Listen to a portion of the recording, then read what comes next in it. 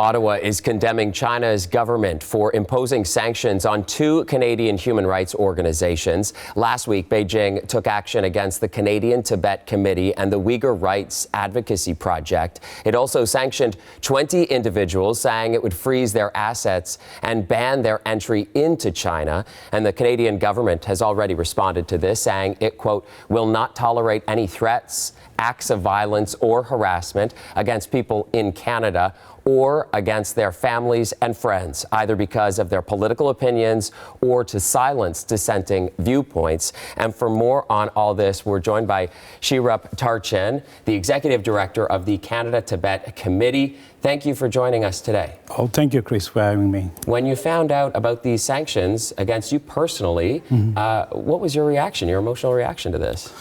Well, initially, I felt a different kind of emotion. One of the first emotions that I felt was the element of surprise. I was surprised because I never thought that China, one of the most powerful countries, trying to be a global leadership, would target ordinary Canadians like us who advocate for freedom and human rights. There's no precedence of, China or any country in a global leadership role, targeting ordinary human rights advocates. So we were really surprised. But as we started processing the news, then I started seeing this as kind of in some ways, a recognition of our work for speaking out on the issues such as the arbitrary detention of Tibetan political prisoner, for testifying on foreign interference in Canada, for testifying on the rights of language and education in Tibet. So we started to look at it in different way as we, started processing the news. Why do you think it happened right now? Well, so China claims that it's a countermeasure to the GAC's sanctioning, Government of Canada's sanctioning of the 8 Chinese officials, including 3 who were responsible for their human rights violation in the Tibet Autonomous Region. So that's the official version of claiming that it's a countermeasure. But I think there's a lot more reason behind this. One is that they're trying to send a message to the current government, to the next government, that do not give much importance and platform to these 20 Canadians who have been actively working on human rights issues concerning China in Canada for the last 2-3 years. So if you look at the list of the 20 Canadians, you'll see that we include academics, 2 professors from University of Ottawa. It includes disinformation experts like Marcus Kolga. It includes a renowned human rights lawyer like Sarah Tick, and human rights advocates like myself and Uyghur colleague Mehmet Toti. So they're targeting us because they somehow feel that this has all been kind of orchestrated by external force, as it's been reported by China Daily. But I think they're finding it very difficult to believe that this collaboration happened very organically. We knew each other because we are part of a Canadian coalition on human rights in China, a coalition that Canada Tibet Committee co-founded many years ago, long before that Canadians started talking about foreign interference in Canada. For example, I knew about Marcus Kolga through Gloria Feng, who's a Hong Kong activist, whom I knew as a member of the Canadian Coalition on Human Rights in China. I know Dr. Charles Burton mainly as a colleague from Canadian Coalition on Human Rights in China. Not that we are all put together by some external force, as being claimed by the PRC.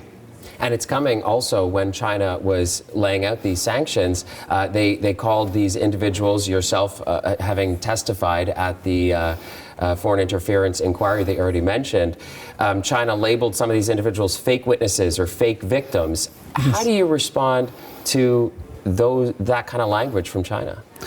Well, in a way, one would, expect, because China has been labeling any accusation, any allegation of human rights violation towards China as fake. They call it as the internal affairs of China. And so we're not surprised in that regard. We're surprised that we're being targeted. We're not surprised with the use of the language, such as fake witness, fake victims.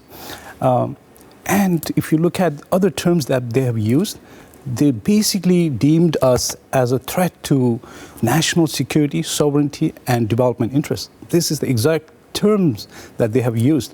Whereas in Canadian sanctions on the Chinese officials, the terms that's been used, especially concerning Tibet, is arbitrary detention, religious freedom, and elements of forced labor. These are kind of human rights languages, whereas China is using the language to describe human rights activists as a threat to national sovereignty. That's beyond understanding. Well, and Global Affairs Canada has already responded, as I mentioned, saying that they stand with those who are facing these sanctions.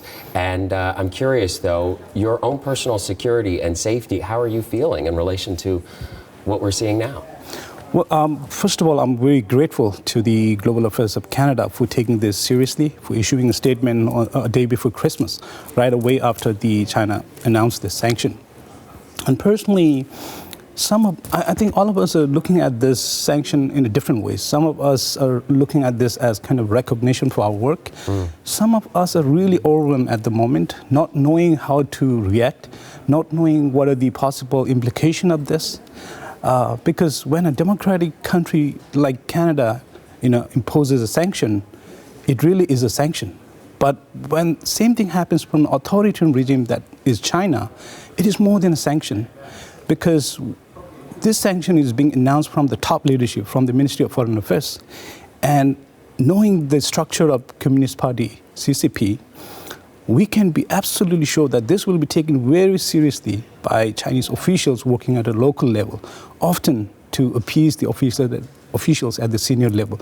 So I'm quite concerned, I'm quite worried, but at the same time, it doesn't deter me from continuing my advocacy work, because the situation inside Tibet and in the East Turkestan, Xinjiang, continues to get worse, so we will continue to speak out. Does it make you concerned about any loved ones that might be in Tibet connected to you? So I personally do not have any immediate family members in Tibet, and for those I have, I would prefer not to mention anything about them for their safety reasons. But I do have some friends who have immediate family members in Tibet, and I'm quite worried about them. So I think the families are more important, so I'll just keep it at there. Okay, well, Sherap, thank you very much for joining us on the program. I appreciate your time. Thank you so much, Chris. I really appreciate this opportunity. Sherap Therchin is the Executive Director of Canada Tibet Committee, joining us here today. Thank you, Chris.